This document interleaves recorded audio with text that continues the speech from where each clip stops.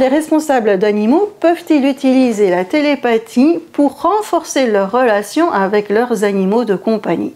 Eh bien, je vous explique tout après ça. Bonjour, c'est Chantal Verion. Bienvenue sur la chaîne de la télépathie à la portée de tous. Si vous êtes nouveau, n'hésitez pas à vous abonner pour nous rejoindre dans ce monde magique de la télépathie animale.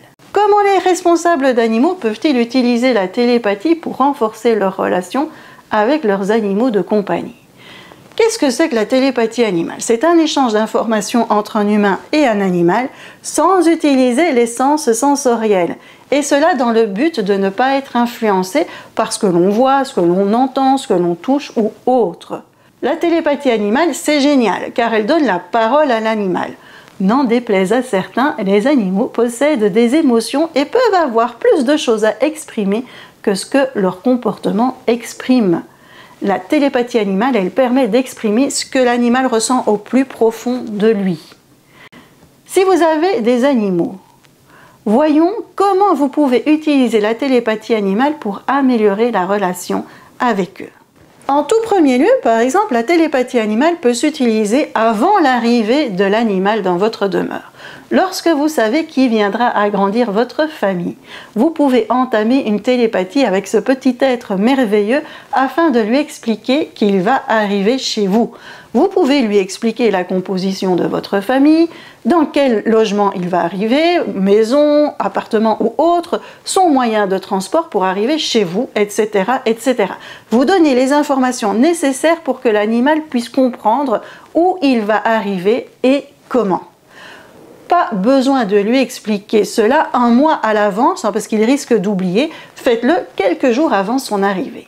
En le faisant quelques jours avant son arrivée, toutes les informations seront fraîches dans sa mémoire et cela va éviter aussi tout risque de changement de programme, choses qui peuvent bien entendu arriver. Parfois la date d'arrivée change, le moyen de transport change et alors il faut tout recommencer. Donc faites-le vraiment quand c'est le bon moment, où tout est bien fixé, où vous êtes sûr qu'il n'y aura aucun changement.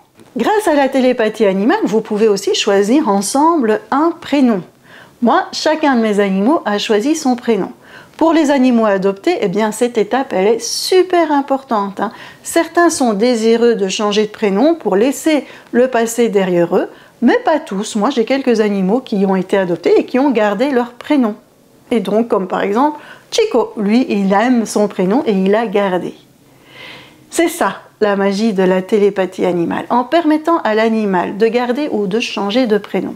En lui expliquant comment il va arriver chez vous, vous entamez déjà avec votre animal un autre type de relation. Vous entamez une relation basée sur le respect de ses besoins, de ses demandes et de ses émotions. Cette première préparation étant faite, l'animal, eh bien, il va arriver chez vous préparé et beaucoup plus serein. Cela ne veut pas dire qu'il n'y aura aucun stress. Il y aura toujours le stress du changement, mais ce stress sera beaucoup plus facilement gérable par l'animal puisqu'il aura été préparé grâce à la télépathie animale. Une fois que l'animal est chez vous, vous pouvez encore utiliser la télépathie animale pour vous assurer que tout va bien. Vous pourrez déterminer s'il s'adapte à la vie chez vous, si sa nourriture lui convient. Vous pourrez aussi connaître ses besoins s'il en a. Attention, toutefois, ne pas entrer dans l'excès de télépathie animale. Bah oui, ça arrive. Demandez à votre animal tous les jours s'il va bien, pourrait le saouler. Lorsque tout va bien, moi je fais des télépathies animales avec mes animaux tous les 3 mois environ. Par contre, dès que je vois qu'il y a un comportement qui me semble inapproprié, dès que je me dis là, il y a quelque chose qui ne va pas, eh bien j'utilise la télépathie animale pour comprendre ce qu'il se passe. Est-ce que c'était une inquiétude de ma part et l'animal va alors me dire non Chantal, tout va bien, ou est-ce qu'il y avait vraiment quelque chose? Donc la télépathie animale se fait quand c'est utile pour l'animal et pour vous. Utile pour vous ne veut pas dire plusieurs fois par jour. Attention, quand c'est le bon moment pour vous et pour l'animal. Vous pouvez aussi utiliser la télépathie animale pour transmettre des messages. Vous allez déménager, un bébé va arriver, un autre animal va agrandir la maison. Eh bien, utilisez la télépathie animale pour expliquer les changements qui vont arriver dans votre quotidien. Et voir ce qui peut stresser l'animal, voir ce que vous devez mettre en place pour que tout se passe bien. En utilisant la télépathie animale à chaque moment important de votre vie et de celle de votre animal, vous permettez à l'animal de participer à votre vie et vous participez à la vie de votre animal. Et ça, c'est génial, hein? Bien, il est temps de nous quitter maintenant. Prenez soin de vous.